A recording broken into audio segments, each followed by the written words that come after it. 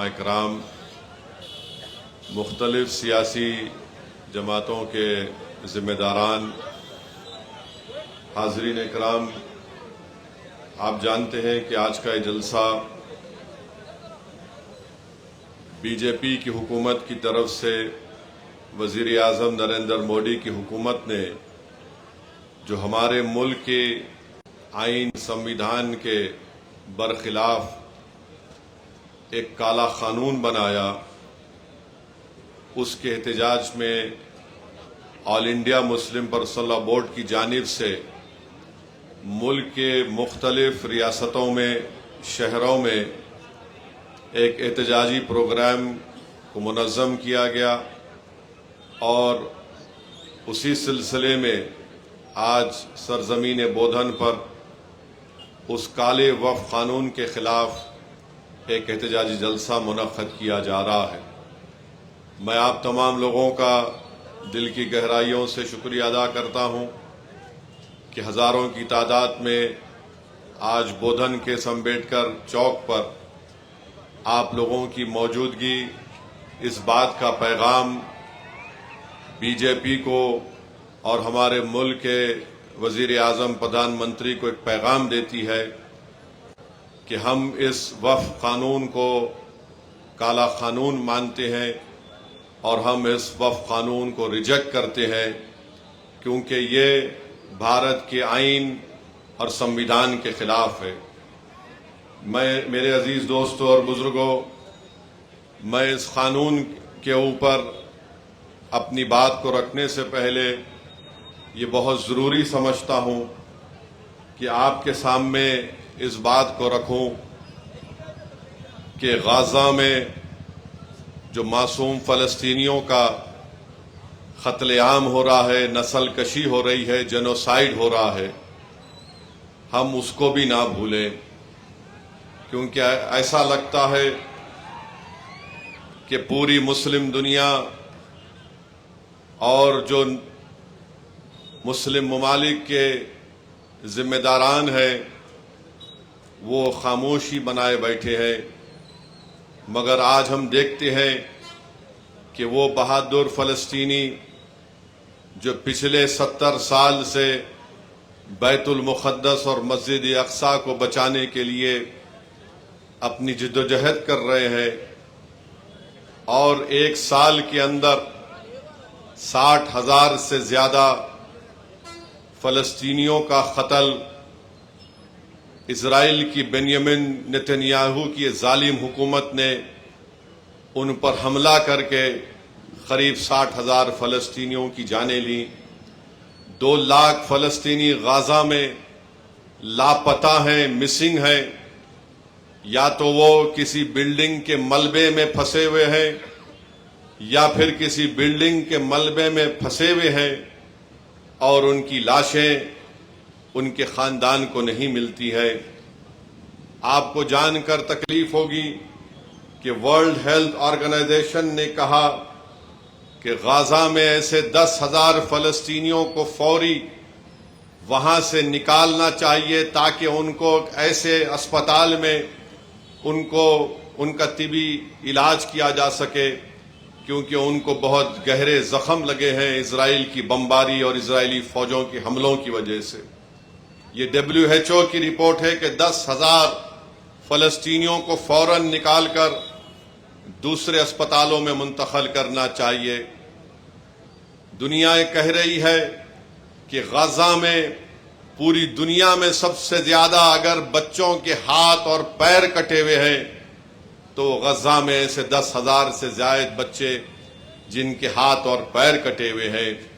میرے عزیز دوستوں اور بزرگوں، ہم یہ بھی دیکھتے ہیں کہ امریکہ اور اسرائیل کی طرف سے ایک غزہ ہیومینیٹیرین فاؤنڈیشن بنایا گیا، جو غزہ میں اسرائیل ظالم نتنیاہو کی حکومت نے حملہ کیا تو 12 لاکھ لوگوں کے گھر توڑ دیے گئے بمباری سے۔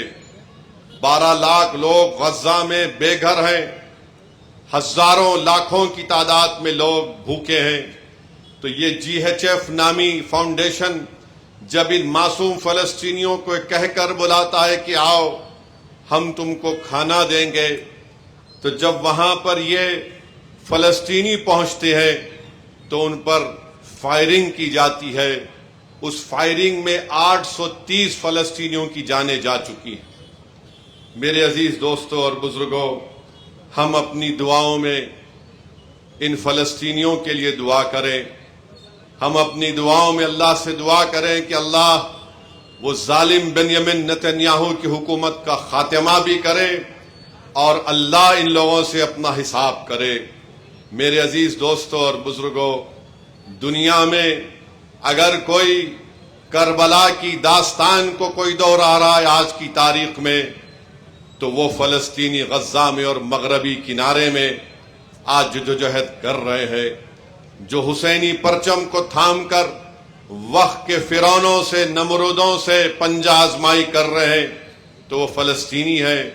ہم چاہے بودن میں ہوں یا سرزمین بھارت میں ہوں، اگر ہم انصاف کو پسند کرتے ہیں، اگر ہمارے دلوں میں انسانیت ہے، تو ہم کو ان ظالم فلسطینی حکومت کے ظلم کی مذمت کرنی چاہیے اور پوری دنیا کو یہ روکنا چاہیے جو جینوسائیڈ نیتنیاہو کی حکومت کر رہی ہے، جس کو انٹرنیشنل کرمنل کورٹ نے، جس کو انٹرنیشنل کورٹ آف جسٹس نے اس کے خلاف وارنٹ جاری کیے.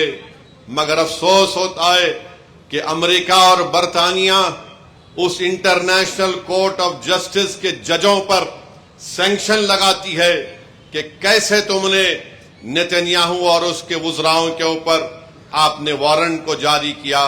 میرے عزیز دوستوں اور بزرگوں، ہم ہماری حکومت سے بھی مطالبہ کرتے ہیں کہ بھارت نے ہمیشہ فلسطینیوں کا ساتھ دیا، چاہے وہ نہرو ہو یا پھر گاندھی ہو، انہوں نے ہمیشہ فلسطینی کاز کی تائید کی. ہم اپنی حکومت سے مطالبہ کرتے ہیں کہ وہ فلسطینیوں کے ظلم کے خلاف آواز اٹھائیں. صرف یہ بولنا کافی نہیں ہے کہ ہم 2 اسٹیٹ سلوشن کے قائل ہیں. جو فلسطینیوں پر جینوسائیڈ ہو رہا ہے، اس جینوسائیڈ کو رکانا بھارت کی بھی ذمہ داری ہے کہ 2 ٹوک الفاظ میں اس ظالم نتنیاہو کو کہے کہ فلسطینیوں کی نسل کشی کو روک لگائی جائے، ان کو ان کا جائز مقام ملنا چاہیے. دوسری بات میرے عزیز دوستوں اور بزرگوں، وہ ہے بہار میں جو الیکشن کمیشن کی جانب سے انٹینسو ریویژن کے نام پر جو ووٹر لسٹ اب بنائی جا رہی ہے، میں تلنگانہ کے آپ تمام لوگوں سے، خاص طور سے بھارت کے غریبوں سے، چاہے وہ کسی مذہب سے ان کا تعلق ہو، خاص طور سے مسلمانوں سے، دلتوں سے، آدیواسیوں سے یہ کہہ رہا ہوں کہ آپ تیار ہو جائیے. اگر تلنگانہ ہو یا ویسٹ بنگال ہو یا تامل ناڈو ہو یا بھارت میں پورے ریاستوں میں اس طرح کا انٹینسو ریویژن کروایا جائے گا، تو میری آپ لوگوں سے اپیل ہے کہ آپ لوگ اپنا ایک ایک کا برتھ سرٹیفکیٹ بنائیے. ہاں، جو ہمارے بزرگوں کی عمر 70 سال کے اوپر ہے، ان کا برتھ سرٹیفکیٹ اگر ہے تو بہت اچھا ہے، اگر نہیں ہے تو آپ ان کا پاسپورٹ بنائیے. آپ برتھ سرٹیفکیٹ اپنا بنائیے، اور اگر 10th کلاس کی مارک شیٹ ہے تو اس کو تیار رکھیے. اگر کاسٹ سرٹیفکیٹ ہے اس کو تیار رکھیے، اگر نہیں ہے تو بنوائیے. پاسپورٹ نہیں ہے تو بنوائیے، برتھ سرٹیفکیٹ نہیں ہے تو بنوائیے. اگر کوئی ریٹائرڈ پینشنر ہے تو جو پینشن کا آرڈر ملتا اس کو اٹھا کر رکھیے. اگر آپ کو 2 BHK کا سرٹیفکیٹ ملتا ہے کہ آپ کو 2 BHK دیا گیا، اس کو اٹھا کر حفاظت سے رکھیے. اگر زمین گورنمنٹ نے آپ کو الاٹ کی تو اس کو اٹھا کر رکھیے. اگر آپ گورنمنٹ کے ملازم ہیں یا تھے، اس کا ID کارڈ اٹھا کر رکھیے. کیونکہ یاد رکھیے میری اس بات کو کہ اب جب انٹینسو ریویژن ہو رہا ہے تو الیکشن کمیشن نے جو ہدایتیں BLOs کو دی ہیں بہار میں، اس میں یہ کہا گیا کہ اگر الیاس صاحب کے گھر پر کوئی 3 مرتبہ BLO چلا جائے گا اور 3 مرتبہ کسی جائز وجہ سے الیاس صاحب اپنے گھر پر مقیم نہیں ہوں گے تو بی ایل او اس کی اطلاع ای آر او کو اور اے آر او کو دے گا، اور یہ اے آر او اور ای آر او کو اختیار حاصل ہے کہ وہ 1955 کے سٹیزن شپ ایکٹ کے تحت ان تمام عہدیداروں کو اطلاع دینا کہ الیاس صاحب شاید بھارت کے ناگرک نہیں ہیں، تو یہ سٹیزن شپ کا مسئلہ پیدا ہو جائے گا۔ تلنگانہ میں بھی انٹینسو ریویژن ہوگا، بلکہ پورے ملک میں ہوگا۔ میں آج یہاں بودھن کی سرزمین سے کھڑے ہو کر ان تمام بھارت کے غریبوں کو کہہ رہا ہوں، ان دلتوں کو، آدیواسیوں کو اور مسلمانوں کو کہہ رہا ہوں کہ آپ کو نمبر 1 اپنا برتھ سرٹیفکیٹ بنانا ہے۔ 10th کلاس اگر کسی نے کیا تو مارک شیٹ تیار رکھنا ہے، کاسٹ سرٹیفکیٹ ہے تو تیار رکھیے، اور اگر آپ اس کاسٹ میں آتے ہیں اس کا سرٹیفکیٹ نکلوائیے۔ آپ کے پاس اگر گورنمنٹ کی سکیم کا دیا ہوا 2 BHK کا سرٹیفکیٹ ہے تو اس کو اٹھا کر رکھیے۔ یہ اس لیے کہہ رہا ہوں کہ 10 ڈاکیومنٹ کی بات جو الیکشن کمیشن نے بہار میں کی وہ یہی 10 ڈاکیومنٹ ہیں۔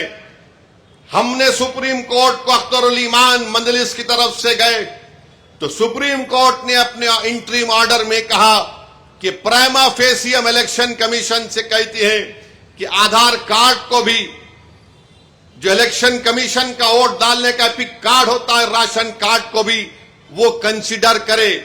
تو یہ ضروری ہے، یاد رکھیے، جب تلنگانہ میں یا آپ کے کسی ریاست میں یہ انٹینسو ریویژن ہوگا تو آپ لوگ پریشان ہونے کی ضرورت نہیں، ابھی وقت ہے۔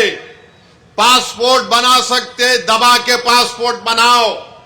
برتھ سرٹیفکیٹ نہیں ہے تو برتھ سرٹیفکیٹ بناؤ۔ کاسٹ سرٹیفکیٹ ہے یا نہیں ہے، آپ آتے ہیں اس کاسٹ میں تو اس کاسٹ سرٹیفکیٹ کو بنا کے رکھو۔ یاد رکھو میری اس بات کو، اگر آپ کا نام ووٹر لسٹ سے نکل گیا تو مودی کو سب سے زیادہ خوشی ہوگی۔ کیوں خوشی ہوگی؟ کیوں خوشی ہوگی بتاتا ہوں میں آپ کو۔ آپ کا نام جب تک ووٹر لسٹ میں رہا، جیسا ہم اب مودی سے سوال کر رہے ہیں، بتاؤ غریب غریب کیوں ہوتے جا رہا اور دولت مند کیوں ہو رہا ہے، تو مودی یہ نہیں چاہتے کہ کوئی ان سے سوال کرے۔ اگر نوجوانوں تمہارا نام ووٹر لسٹ سے نکل گیا تو تم کو اختیار حاصل نہیں ہوگا بھارت کے پردھان منتری سے پوچھنے کے لیے کہ کیوں بے روزگاری میرا مقدر بن گیا۔ اور جس طریقے سے بار بار یہ کہا جا رہا ہے کہ فلاں علاقے میں بنگلہ دیشی ہے، فلاں علاقے میں روہنگیا میانمار کے لوگ ہیں، فلاں علاقوں میں نیپالی لوگ آ کے بس گئے، یہ سب تیاریاں کی جا رہی ہیں۔ میں آپ کو ذمہ داری سے باخبر کر رہا ہوں، یہ جذبات میں لانے کے لیے، یہ ڈرانے کے لیے نہیں کہہ رہا ہوں۔ آن ریکارڈ کہہ دیا گیا کہ پورے بھارت میں انٹینسو ریویژن ہوگا، اور تلنگانہ میں جو لاسٹ انٹینسو ریویژن ہوا تھا، میرے خیال سے اگر میرا حافظہ صحیح ہے تو 2007 میں یا پھر 2002 میں ہوا تھا، مگر یہ چیز کی تیاری کر کے رکھیے۔ میں بھی رشادی صاحب سے بات کر رہا تھا کہ ہم کو عنقریب میں تلنگانہ میں ایک ہمارے صدر صاحب کی موجودگی میں، ان کی قیادت میں ایک میٹنگ کر کے ہم تمام تنظیموں کے ذمہ داروں کو بلا کر ہم ان سے اپیل کریں، بلکہ ہر جمعے کے خطبے سے پہلے جو لوگ مسجدوں میں وعظ کرتے ہیں یا بیان دیتے ہیں، میری آپ سے بھی اپیل ہے کہ آپ لوگوں کو باخبر کریے۔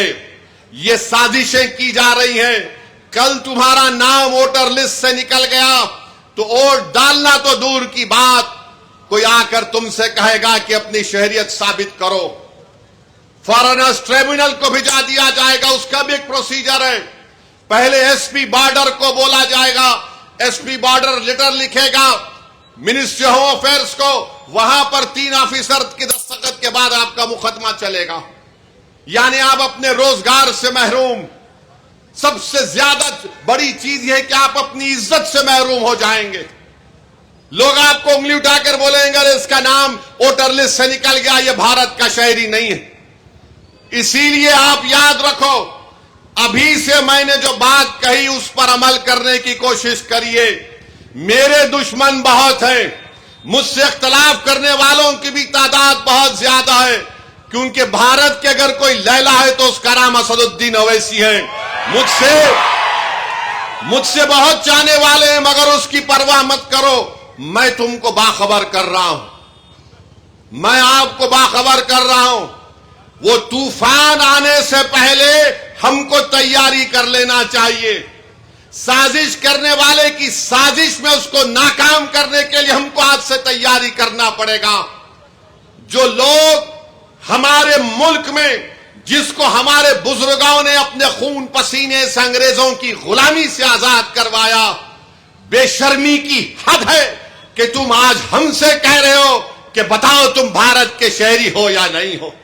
ارے اگر ہم سے پوچھنے والوں، جاؤ انڈمان کی اس کالا پانی کی جیل سے جا کر پوچھو، اگر اللہ اس جیل کے دیواروں کو، اینٹوں کو زبان دے گا تو پکار پکار کر کہیں گے کہ یہاں پر وہ مجاہدین قید تھے جنہوں نے انگریزوں سے سمجھوتا نہیں کیا، جنہوں نے انگریزوں کو معافی نامہ لکھ کر نہیں دیا اور اپنی جانوں کو قربان کر دیا۔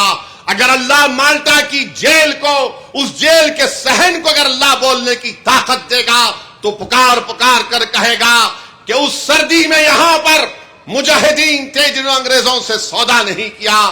اگر اللہ مراد آباد کے اس زمین کو اللہ حکم دے گا تو مراد آباد کی زمین پکار کر کہے گی کہ وہ یہ سرزمین ہے جہاں پر علامہ کافی نے نعت شریف پڑھ کر پھانسی کا پھندا اپنے گلے میں ڈال دیا، مگر انگریزوں سے سمجھوتا نہیں کیا۔ آج تم ان سے، ان کے وارثین سے پوچھ رہے ہو کہ کاغذ دکھاؤ، یقیناً ہم پوری تیاری کریں گے۔ ارے جو ملک کا وزیر اعظم اپنی ڈگری عوام کو نہیں دکھاتا، وہ بہار کے غریبوں سے کہہ رہا ہے کہ اپنا برتھ سرٹیفکیٹ دکھاؤ، اپنا برتھ سرٹیفکیٹ دکھاؤ۔ میں اپنی ڈگری دکھانے کو تیار ہوں، کیونکہ اس کے بعد کوئی بولیں گے آپ دکھاتے کیا؟ میں ڈگری دکھانے کو تیار ہوں، مگر آج آپ ان غریبوں سے کہہ رہے بہار کے، سیمانچل کی سرزمین کے بسنے والے غریب مسلمان نوجوان، 6-7 لاکھ نوجوان تو حیدرآباد میں، بمبئی، ممبئی میں، پنجاب کی کھیتوں میں، دلی کے ہوٹلوں میں کام کرتے ہیں، اور وہ کہاں آئیں گے وہاں پر؟ مانے وہاں سے نکل کر آنے کا ان کی 1 مہینے کی قریب تنخواہ اس میں صرف ہو جاتی ہے۔ تو بہرحال آپ کو میں باخبر کر رہا ہوں، آپ تیاری کر لیجئے۔ ہو سکتا ہے کہ میری تقریر کے بعد بی جے پی کی طرف سے یا کوئی اور طرف سے بولیں گے انہوں خواہ ڈرا رہے ہیں، ڈرا نہیں رہا ہوں۔ یہ الیکشن کمیشن کے ویب سائٹ پر ان کے جتنے نوٹیفیکیشن ہیں وہ آپ پڑھ لیجئے، کیونکہ اختر الایمان ہمارے بہار کے صدر نے خود سپریم کورٹ میں کیس ڈالا ہے۔ ہم نے اپنے پیٹیشن میں ان تمام باتوں کو کہا ہے جو میں نے آپ کے سامنے کہہ رہا ہوں، تو اس لیے میرے کو کہنا تھا کہ آپ اس پر غور کریے۔ تیسری بات جس کا ذکر مفتی زبیر صاحب نے کیا، میرے بھائی یاد رکھو، ہم ایک جسم واحد کی طرح ہیں۔ اگر ہمارے جسم میں کسی ایک جگہ تکلیف ہوتی تو ایمان یہ پکار کر کہہ رہا ہے کہ تم مومن اسی وقت ہو جب تم کسی کی تکلیف کو اپنے سینوں میں محسوس کرو گے۔ آج آسام میں جو کچھ ہو رہا ہے، بنگالی مسلمان ہیں آسام میں، 2 قسم کے مسلمان، ایک بنگالی زبان بولنے والے جن کو میاں بولتے، اور ایک دوسرے آسام کے مقامی جس کو انگریزی میں بولتے انڈیجینیس۔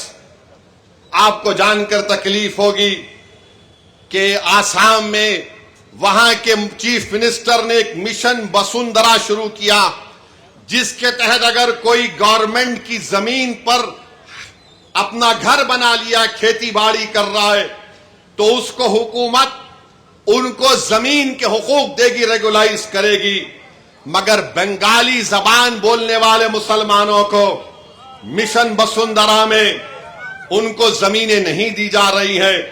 آپ سوچو تھوڑی دیر کے لیے، جولائی 2025 میں 3,300 بنگالی زبان بولنے والے بڑی تعداد میں مسلمان بھی، ہندو بھی ہیں تھوڑے بہت، ان کو بے دخل کر دیا گیا، ان کو نکال دیا گیا۔ کتنے؟ 3,300 پریواروں کو، 3,300 افراد کو نہیں۔ اگر 3,300 کو آپ پکڑ لیے، اس کی بیوی اور 2 بچے، تو آپ یہی 7-8 ہزار ہو جاتے۔ ایک مہینہ بھی نہیں ختم ہونے آ رہا ہے، قریب 7,000 لوگ بے گھر ہو گئے۔ ڈبری میں، لکھیم پور میں، نلباری میں، گولپارا میں، اور جو گورنمنٹ لینڈ پر گھر بنا لیے، فارسٹ لینڈ پر گھر بنا لیے۔ صرف ڈبری میں 1,400 خاندانوں کو ان کو ہٹا دیا گیا۔ کیوں؟ کیونکہ وہاں کے مکھیہ منتری کہہ رہے میں تھرمل پلانٹ بناؤں گا، ایک بڑے سرمایہ دار کو بلا کر کہہ رہے اور پاور پلانٹ بنا رہے، اور 1,400 لوگوں کو بے گھر کر دیا گیا۔ پھر جولائی 12 کو آسام کے مکھیہ منتری نے بیان دیا کہ یہ کون بنگالی مسلمان زبان بولنے والے مسلمان ہیں جو 200-300 کلومیٹر دور جا کر اپنے گھر بار کو بساتے ہیں۔ یہ سازش ہے، کہہ رہے وہ، کہہ رہے سازش ہے ہم کو اقلیت بنانے کے لیے۔ کیا کوئی چیف منسٹر اس طرح کی بات کرے گا جو بابا صاحب امبیڈکر کے سمویدھان پر حلف لیا، اوت لیا؟ اور پھر 11 جولائی کو چیف منسٹر نے کہا کہ ہم 25,000 ایکڑ کو صاف کر چکے ہیں، 25,000 ایکڑ کو۔ اور پھر 12 سپٹمبر 2024 کو پولیس فائرنگ میں جبیر علی حیدر علی کی موت ہو گئی۔ اب میرے کو معلوم ہے کہ میرے اس تقریر کے بعد، کیونکہ ہم لیلا ہیں، ہمارے پورے مجنو ہمارے پیچھے کل سے پیچھے پڑ جائیں گے، مگر سنو میری بات کو۔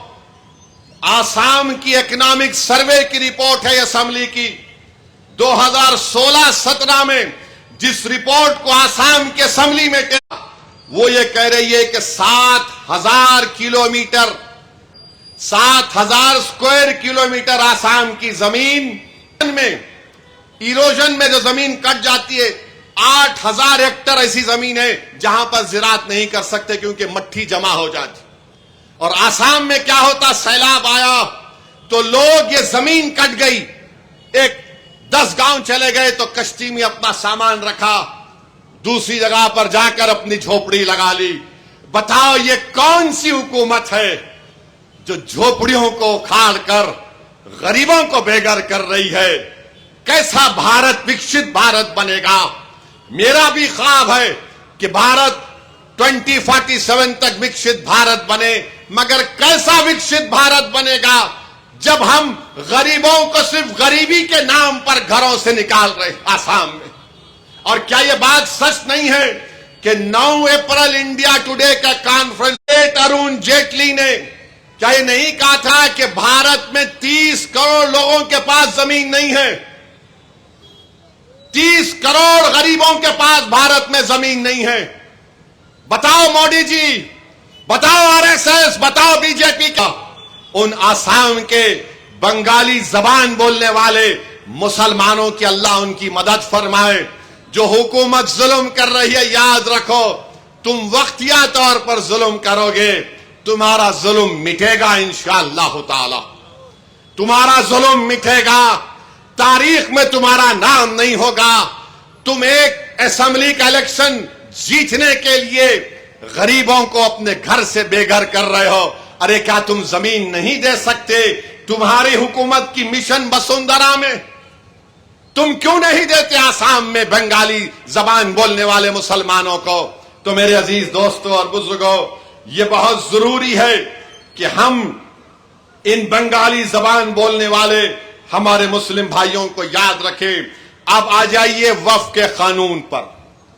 ہمارے ہندو بھائیوں سے ہم کہنا چاہ رہے ہیں، کیا تلنگانہ کے انڈومنٹ بورڈ میں کوئی غیر ہندو ممبر بن سکتا؟ نہیں بن سکتا۔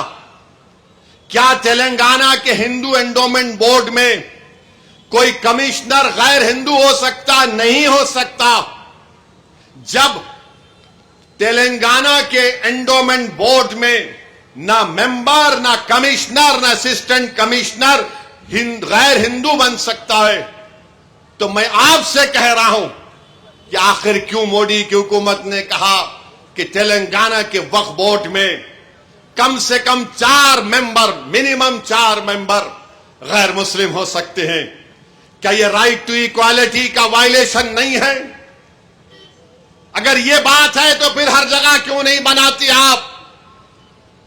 اگر آپ کسی انڈومنٹ مندر کو، گڑی کو، بھگوان کو اپنی زمین دے سکتے ہیں، اور وہاں پر آپ سے، ہمارے ہندو بھائیوں سے کہہ رہا ہوں، آپ سے یہ نہیں کہا جا رہا ہے کہ اگر آپ اس گڑی کو، اس بھگوان کو یا جسی مندر کو آپ اپنی جائیداد دے رہے ہیں، اس میں اپنے بچی کا حق مارنا نہیں۔ ہم سے کہا جا رہا ہے کہ اگر میں اپنی جائیداد کو اللہ کے نام پر وقف کرتا ہوں، اللہ کو مالک بناتا ہوں، وقف الاولاد کرتا ہوں، تو مودی بول رہے کہ بچیوں کا حق نہیں مارنا۔ ارے بچے کا سوال نہیں ہے، اللہ کو دے رہا ہوں، یہ ہماری شریعت میں مداخلت ہے۔ ٹرانسفر آف پراپرٹی ایکٹ ہے، اورل ہم گفٹ دے سکتے، اس کو ہبہ بول سکتے۔ اب مودی یہ بول رہے کہ اورل آپ پراپرٹی اپنی اولاد کو دے سکتے، مگر اورل آپ پراپرٹی قانون بننے کے بعد وقف بورڈ کو نہیں دے سکتے۔ کیا یہ ٹرانسفر آف پراپرٹی ایکٹ کے خلاف نہیں ہے؟ یہ ہمارے ہندو بھائیوں کو سمجھنا چاہیے، ہمارے ہندو بہنوں کو سمجھنا چاہیے، جو یہ سمجھ رہے ہیں کہ نہیں نہیں مسلمان ایسا نہیں ہے۔ آپ بھگوان کو مانتے ہیں، ہم اللہ کو مانتے ہیں، اس زمین و آسمان کے خالق کو سب ماننے والے ہیں۔ اگر ہم ہمارے زمین و آسمان کے خالق کو کہہ رہے ہیں کہ اللہ کے نام پہ ہم دے رہے ہیں، تو پھر 2 قانون کیسے ہوں گے؟ یہ بات آپ کو سمجھنا چاہیے۔ تیسری بات کہا گیا کہ اگر کوئی مسلمان ہے تو اس کو بتانا پڑے گا کہ وہ مسلمان ہے۔ یعنی کیا کس کو بتائے ہم؟ کل جا کر کوئی بی جے پی کا آدمی نظام آباد میں بولے گا نہیں نہیں الیاس صاحب تم یہ ملگی وقف نہیں کر سکتے، تو مسلمان ہی نہیں ہے۔ یعنی 5 سال تک نہیں دے سکتے۔ اچھا 5 سال کا سرٹیفکیٹ کون دیں گے؟ امت شاہ دیں گے؟ بتاؤ کون دے گا سرٹیفکیٹ ہم کو 5 سال کا؟ کلکٹر صاحب دیں گے، ایس پی صاحب دیں گے۔ ارے جو کلمہ پڑھ لیا انہیں مسلمان ہو گیا۔ جب ہندو دھرم کو ماننے والا مان جاتا ہے، ہندو ہو جاتا ہے، تو مسلم دھرم کو ماننے والے کو یہ ٹیسٹ کیوں؟ یہ ٹیسٹ کیوں؟ بتاؤ آپ، آخر کیا ہو رہا ہے؟ نہیں 5 سال تک نہیں دے سکتے۔ میری ایک آر ایس ایس کے وابستہ کئی تنظیمیں پارلیمنٹ کو آئے تھے، مجھ سے بولے کہ آپ خواہ مخالفت کر رہے۔ میں نے کہا یہ بات بتائیے، اگر کوئی مسلمان چاہے ہندو دھرم کو پراپرٹی اپنی دے سکتا، تو بولے ہاں دے سکتا۔ ملا پھر میں اپنے اللہ کے نام پہ کیوں نہیں دے سکتا ہوں؟ بولے نہیں 5 سال کا قانون۔ بولا چلو مان لیا تم کو ہماری بات کو تھوڑی دیر کے لیے۔ 5 سال میں میں کیا کسی کو دے سکتا ہوں ہندو دھرم کی مندر کو، عیسائیوں کے گرجاؤں کو، سکھ دھرم کے گردوارہ کو؟ ہاں برابر دے سکتے ہو ان کو آپ۔ ملا وہاں دے سکتا ہوں یا نہیں دے سکتا ہوں؟ یہ کون سا آرٹیکل 14 ہے بتاؤ؟ تو بولے تمہارے سے بحث کرنا بیکار ہے۔ ارے بحث نہیں کر رہا ہوں، جب سب کو دے سکتے تو وہاں بھی لگا دو 5 سال کا قانون۔ لگا سکتے آپ 5 سال کا قانون۔ 5 سال کی بات کرے تو آپ 5000 سال پہلے چلے جاتے، آپ 5000 سال پہلے چلے جاتے۔ تو میرے عزیز دوستوں اور بزرگوں، یہ قانون میں یہ تمام نقص ہیں، اور جو حالیہ دنوں میں مرکزی حکومت نے رولز بنائے، یہ بڑا انکنسسٹنٹ اور غیر واجبی کام نریندر مودی کی حکومت نے کیا کہ جب معاملہ سپریم کورٹ میں جا چکا ہے، ریزرو فار انٹریم آرڈرز ہے، کم سے کم رک جاتے اخلاقی طور پر۔ مگر آپ نے ایک رول بنایا، اور رول 6(1) رول 10(1) کیا کہتا ہے کہ آپ کو